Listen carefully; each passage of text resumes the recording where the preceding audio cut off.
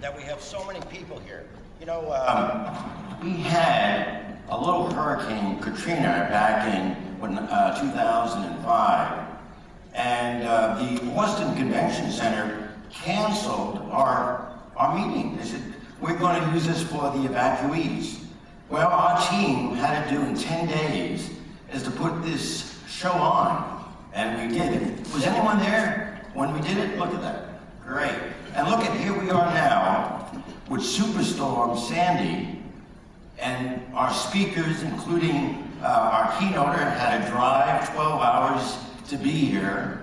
Last night we had a phenomenal banquet, and we found many attendees going all sorts of different ways just to be here. We have a phenomenal group of people. I want to applaud each and every one of you for being with us. You know, this program really needs the help of a host. And when you see all the bells and whistles and things we do that makes this the #1 energy efficiency conference and expo in the world, you'll realize that if it wasn't for SAIC, we couldn't make this possible. And we want to thank our friends at SAIC.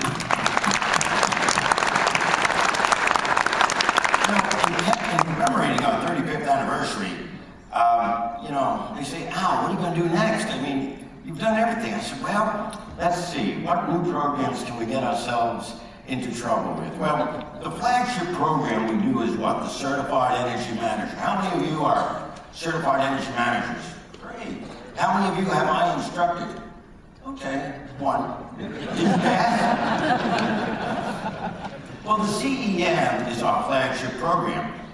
And so we thought that we should go about to get a third party to validate what we're doing to say how great we are.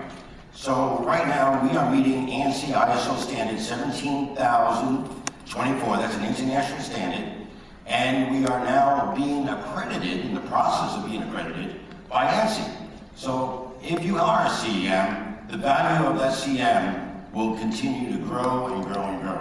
You know, this year I had a chance to go to Madrid to open up our new Spain chapter, and we gave our first CEM course in Spanish in Madrid. Of course, we have a French version. The State Department asked us to help develop the energy infrastructure in Iraq, and so we have an Arabic version of the CEM program.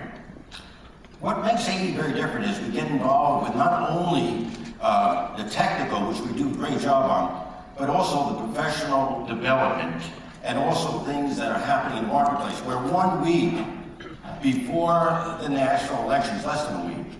And so we have a policy debate going on this afternoon at 2:30. Jay, who's going to be our keynote speaker this morning, will be one of the moderators, and we'll look at what the Republican platform is and the Democratic platform. Was anyone at the banquet last night? Okay, it'll be a little different than the comedians. But it'll be just as much fun. So, you know, the thing about AE is you can see we're on the move. Last night, we introduced some of the scholarships we've given out. And we've given out over, what, $600,000 in scholarships through our foundation. And you have a chance to make a difference. We have a little donation box there. It's your donation to the scholarship fund. Every dollar you give goes. And at the end, you'll get a drawing for a trip on a Caribbean cruise. Hopefully it won't be during hurricane season. So that's another way you can help our young people.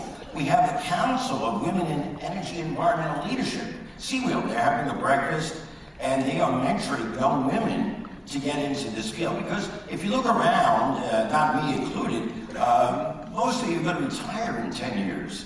And that means, how are we going to bring on all these new young people unless they are trained? And right now, there's only 3 schools that give energy engineering undergraduate degrees. So there's a lot of work that we have to do in mentoring and training and developing our profession. You know, if you're a member of AE, you know that we're #1. And I'm so excited. And I keep on saying, you know, Al, when are you going to retire? And I keep on saying to myself, wait a minute, I'm just getting started. I have all these ideas of doing. And the new fellowship program that we announced yesterday, and if you're a Legends or a Hall of Famer or an award winner, you have a chance to become a fellow in AEE. I just want to leave you with one thought, and that thought is that AEE is in the leadership role. And we have done things such as the first certification program in 1981, 20,000 certified through that program.